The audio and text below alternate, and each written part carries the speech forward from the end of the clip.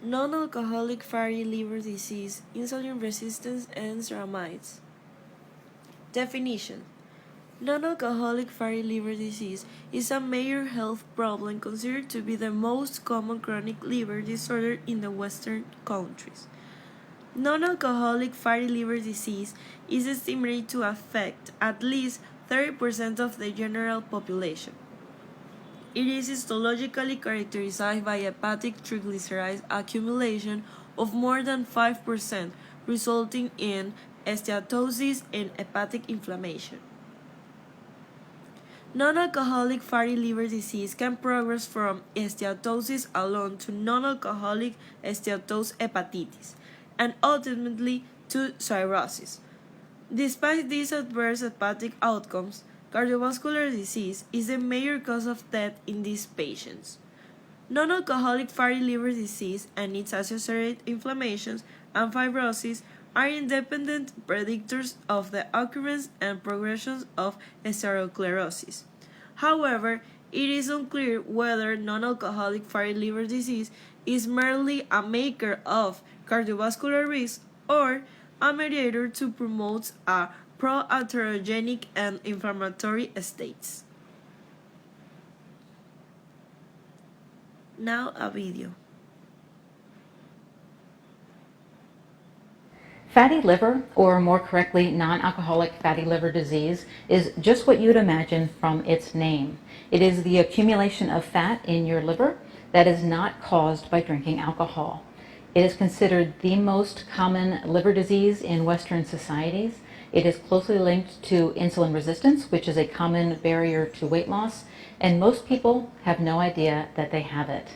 The reality is, if you carry a lot of belly fat, you have trouble losing weight, and you are a regular soda drinker or you eat a lot of sugar and refined carbs, there's a good chance that you have some degree of this metabolic issue. In this video, I'll explain how to tell if you have fatty liver and how to fix it. The liver is very important for an efficiently running metabolism, but we also think of it as the detoxifying organ. So when something is inflammatory or potentially damaging to your body, your liver is the organ that filters and removes those harmful compounds. So when we do things to our body like feed them processed foods full of unnatural chemicals and we create inflammatory states due to poor eating or weight gain, it is the liver that takes the brunt of that abuse. And I often say that you cannot outrun the metabolic effects of a poor diet, and developing a fatty liver is certainly one of those hidden metabolic effects that is caused by a poor diet. And unfortunately, it is even showing up in children. In fact, according to Boston Children's Hospital website, it affects approximately 10% of our kids. And if it's not caught early, it silently progresses in both kids and adults into an inflammatory state called NASH, or non-alcoholic steatohepatitis, which can lead to scarring or cirrhosis of the liver. And at that point, the condition is no longer reversible. And according to Dr. Julie Heinball, who is a liver transplant surgeon at Mayo Clinic, it is one of the most quickly rising indications for liver transplant in the United States.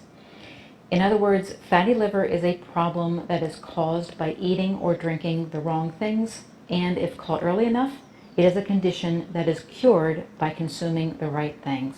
So how does a fatty liver develop? Well, a fatty liver results when your liver takes nutrients from your diet and makes fat through a process called de novo lipogenesis. Now, de novo means from new. The prefix lipo means fat, and the term genesis means beginning or making. So we are literally looking at the making of fat from new things. In other words, things other than the fat we eat. And that's the surprising part, right? Because logic would tell us that eating too much fat would cause the liver to store excess fat. Instead, what we see is that lipogenesis is driven by sugar and, more importantly, fructose in the diet. And this could explain why the disease is so common in children, because one of the main sources of fructose in the standard American diet is high fructose corn syrup, which is found in regular soda. So kids and adults who drink a lot of soda have a high risk of developing fatty liver. Now, of course, soda is not the only culprit. Refined carbs and sugar, which would be what I refer to as the 3 C's, or cookies, cakes, and candies, are also to blame, as are starchy carbs like pasta, breads, bagels, muffins, because all of these foods break down into sugar in your body and they feed that fat-making factory in your liver. And the effect of a high-carb diet does not take long to show up. In this study, overweight individuals who were fed a high-caloric, high-sugar diet for 3 weeks had a 27% increase in liver fat. And even being overweight contributes to fatty liver. So we get this vicious loop that develops where we see inflammation increase in the body, which contributes to insulin resistance. And then the likelihood that fat is going to be deposited in the belly, which creates more inflammation and more damage. So how do you know if you have a fatty liver? Well, the challenge is that symptoms are not easy to detect and damage is often done before the disorder is discovered. Now, if you are concerned that you have a fatty liver, there are some tests that your doctor can run to get a diagnosis. For instance, fatty liver is associated with elevated liver enzymes, which can be detected in your blood, and evidence of fatty liver can be detected using ultrasound and a CAT scan as well. But really, if you have the risk factors, which include carrying a lot of belly fat, you eat a lot of sugar or refined carbs, or you drink a lot of soda or sweetened drinks, you are likely headed down the path to a fatty liver. So that brings us to what to do about it. Well, we learned that the cause is a poor diet, but that also means it can be reversed by diet, at least in its early stages. So let's go over some diet, exercise, and supplement solutions that can help. As for diet, you'll start seeing results if you cut out soda and drinks sweetened with high fructose corn syrup or sugar, which is one of the quickest paths to a fatty liver. A healthy choice instead is green tea or tea made with milk thistle. Both of them have been shown to be beneficial choices for liver health. You can also cut out refined carbs and eat a low-carb diet.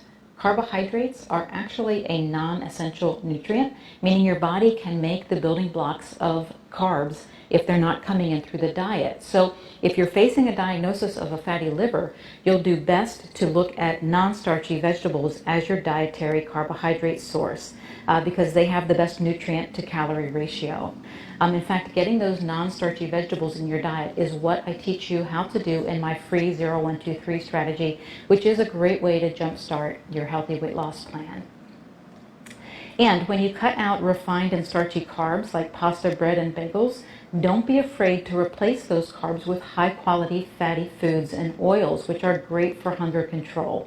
And of course, this low-carb, high-fat diet will improve your insulin sensitivity and help you lose weight, particularly belly fat, which is that dangerous fat that keeps you locked in the vicious cycle that I spoke about earlier. You can also exercise to improve insulin sensitivity, and all forms, whether low intensity like walking when you do it regularly, or high intensity like sprints or weightlifting, have been shown to be beneficial. There are also spices and supplements that you can add, including turmeric, which is a spice that you can use for cooking, omega-3 fatty acids, which can come from fatty fish or from a capsule.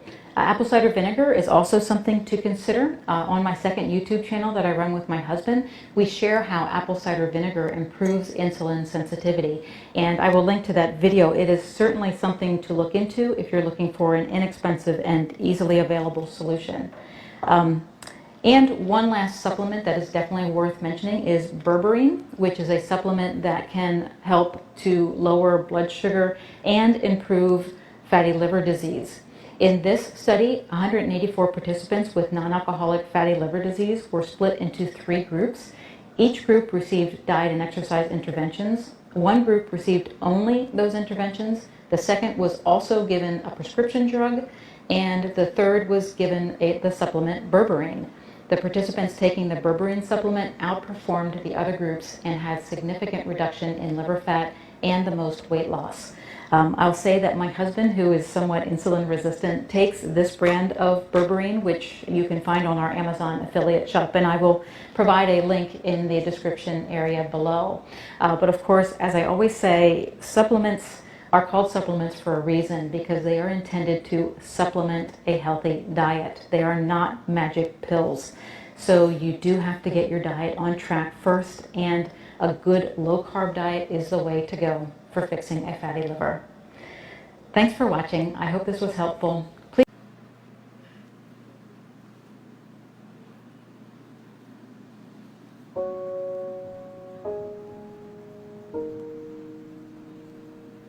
If your liver is not functioning well, either as a consequence from another disease or the liver disease is a primary disease that you're dealing with, it certainly has nutritional consequences associated with this.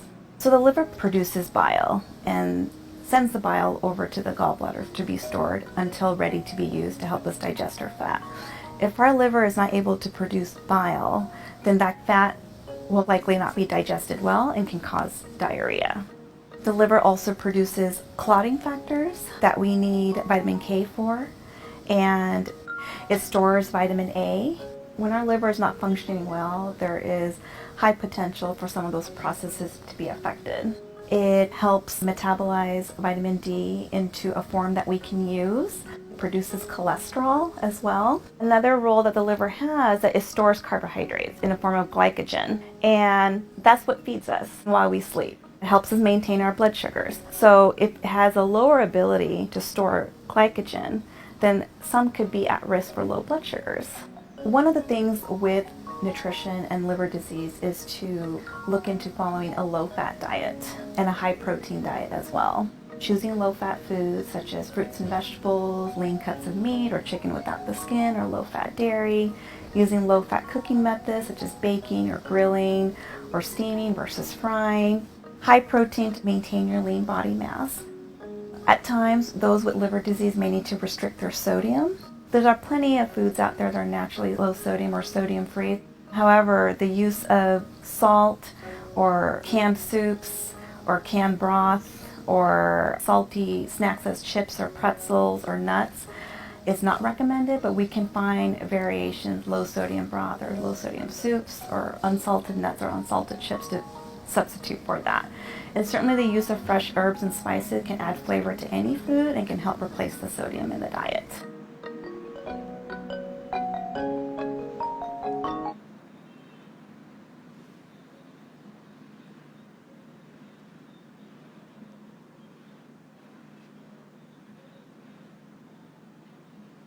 Applications in medicine.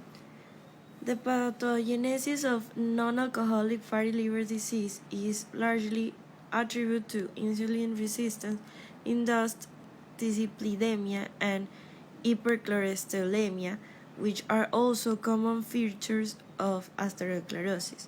In non-alcoholic fatty liver disease, chronic insulin resistance stimulates the overproduction of triglyceride-rich VLDL, which alters HDL composition through the actions of cholesterol ester transfer protein and hepatic lipase. This leads to formation of more dense HDL particles prone to degradation. Thus, a defect in VLDL metabolism initiates higher levels of remains particles and lower levels of HDL cholesterol, which are risk factors of atherosclerosis. The total amount of atherogenic lipoproteins in reflect by circulating levels of ApoB, the major structural protein of VLDL, remained intermittently LDL and LDL in contrast to VLDL and LDL and HDL and its essential protein ApoAE protects against atherosclerosis through a process called reverse cholesterol transport, and their antioxidants and anti-inflammatory functions Consequently, the APOB and APOAE ratio is considered a strong predictor of cardiovascular disease than triglycerides and cholesterol. Ceramides. Ceramides and are derived sphingolipids and are structural components of membranes and have been linked to insulin resistance, oxidative stress, and inflammation, suggesting they may play a role in the development of non-alcoholic fatty liver disease.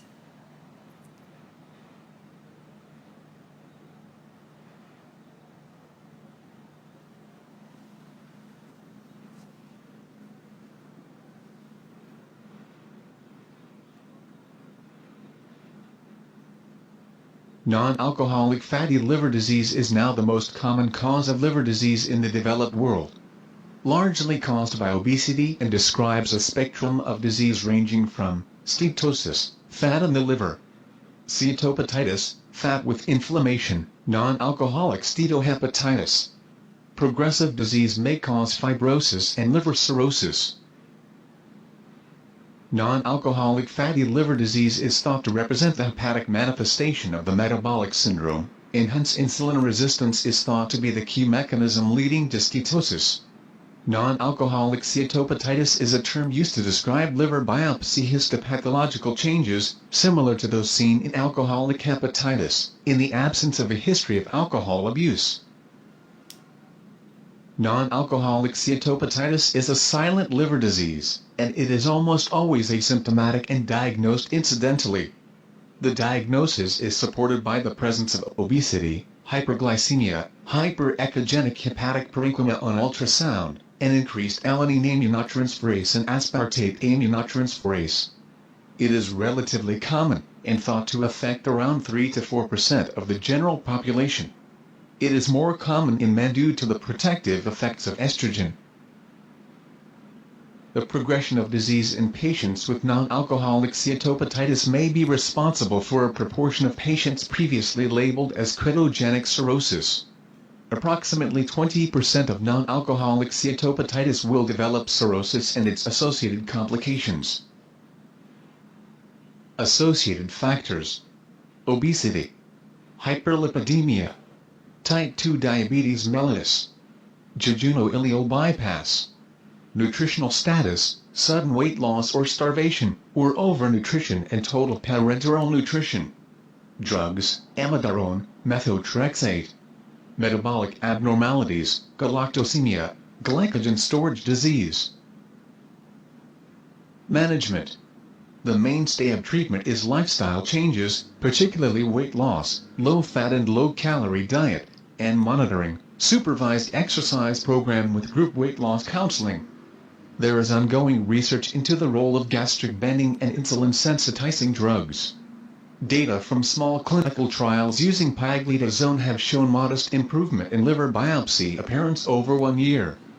Also, orlistat can reduce hepatic fat, although neither is licensed for the treatment of hepatic steatosis. Weight loss of 1 kg per week with an initial target loss of 10% of body weight has shown to be effective at restoring normal liver function. Rapid weight loss has shown to increase fat deposition in the liver, and may precipitate non-alcoholic steatohepatitis. By far the most likely diagnosis in an obese type 2 diabetes mellitus is non-alcoholic fatty liver disease. This patient will require a liver screen, ultrasound, and liver biopsy to confirm the diagnosis. A normal ferritin makes a diagnosis of hemochromatosis unlikely, although it should always be considered in patients with both abnormal liver function tests and diabetes. Thank you for watching. New videos are uploaded regularly.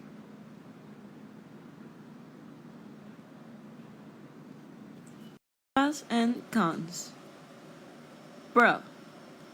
Thanks to the fact that the disease is thought to having a bad lifestyle, it forced people who suffer from it to improve their lifestyle, such as exercising or improving their diet to a much healthier one. In the end, we not only combat the disease, fatty liver disease, but also the future diseases or complications.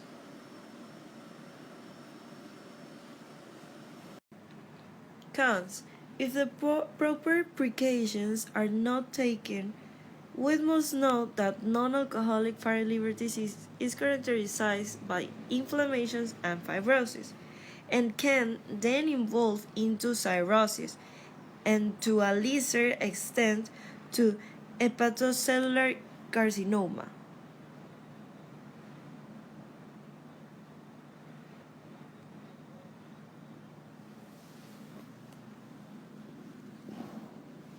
NASH basically meaning that it's a non-alcoholic steatohepatitis.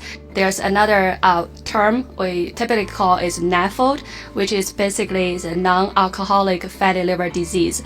So it has two conditions. One is patient have a simple fatty liver.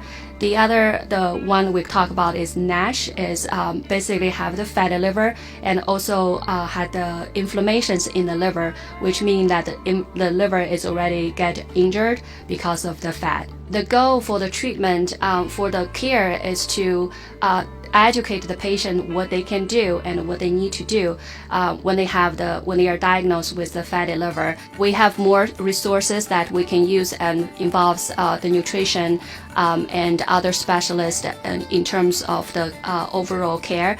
And I think the patient education probably will be more important in the care for people with fatty liver disease. Diet is a very big component in the fatty liver management. Typically, in people who have a fatty liver, we recommended the low-carb diet and try to lower the saturated fat, exercise regularly, and the goal is trying to lose weight. It has been studied that if people lose more than 7% of their baseline weight, the inflammation in their liver can significantly improve. The idea is to get a group of specialties to work on this condition and work with patient.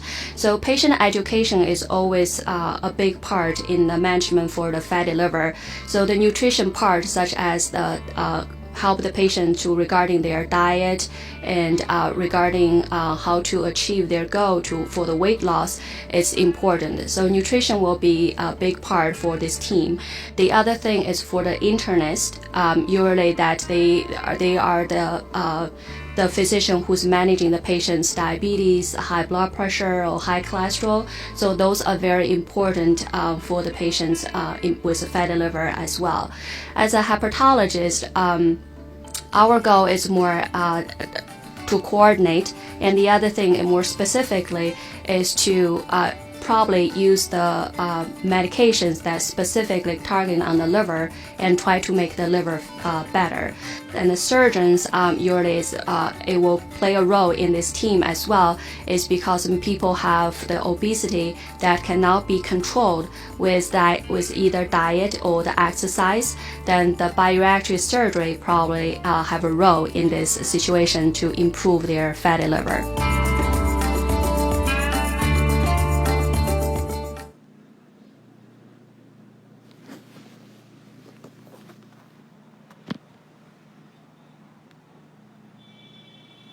Issues applied in Ecuador.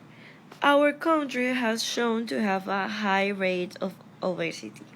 Lack of exercise and poor diets have been evidenced. However, studies have been carried out in which they say that the statistics vary in different regions of our country. In the Amazon, it was shown that there is a low rate, thanks to the fact that there is not much industrialization of processed food, while the coast and the Netherlands show a high rate not only in fatty liver disease, but also in colon cancer, cardiovascular disease, and others.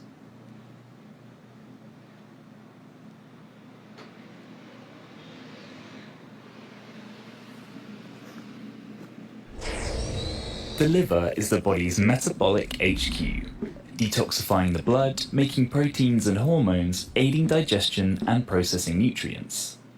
Most people know it best as the organ that clears up after a night in the pub, and that heavy drinking can cause severe damage. but it's actually non-alcoholic fatty liver disease, or NAFLD, that now has doctors and scientists worried.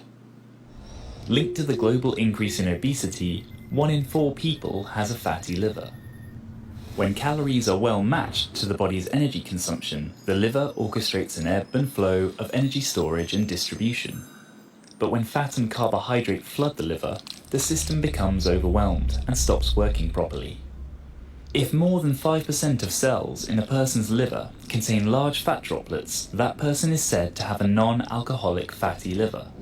At this stage, a fatty liver is still reversible with changes to diet and exercise.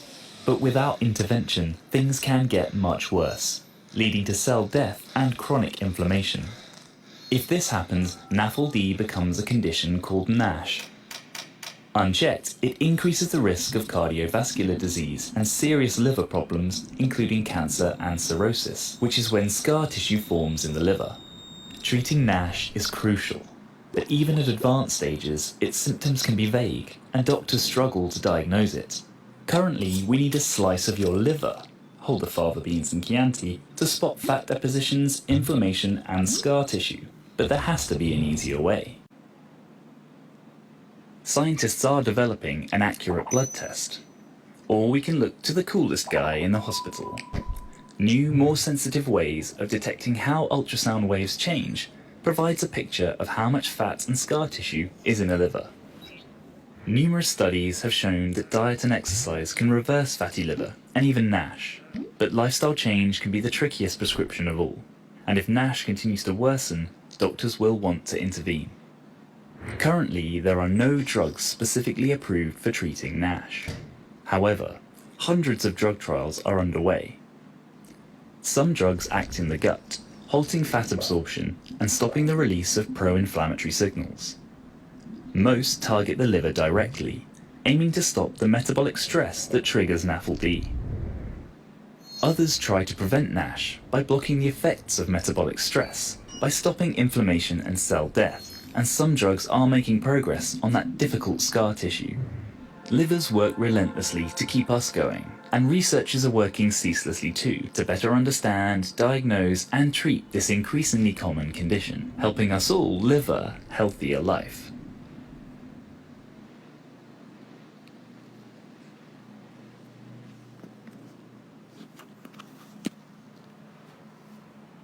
Conclusions. The results in these investigations allow to evidence different aspects of great importance for the public health of Ecuador, which should be addressed in future and more specific investigations.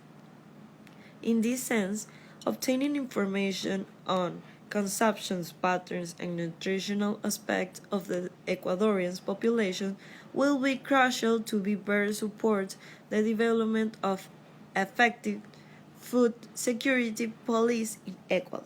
Thank you.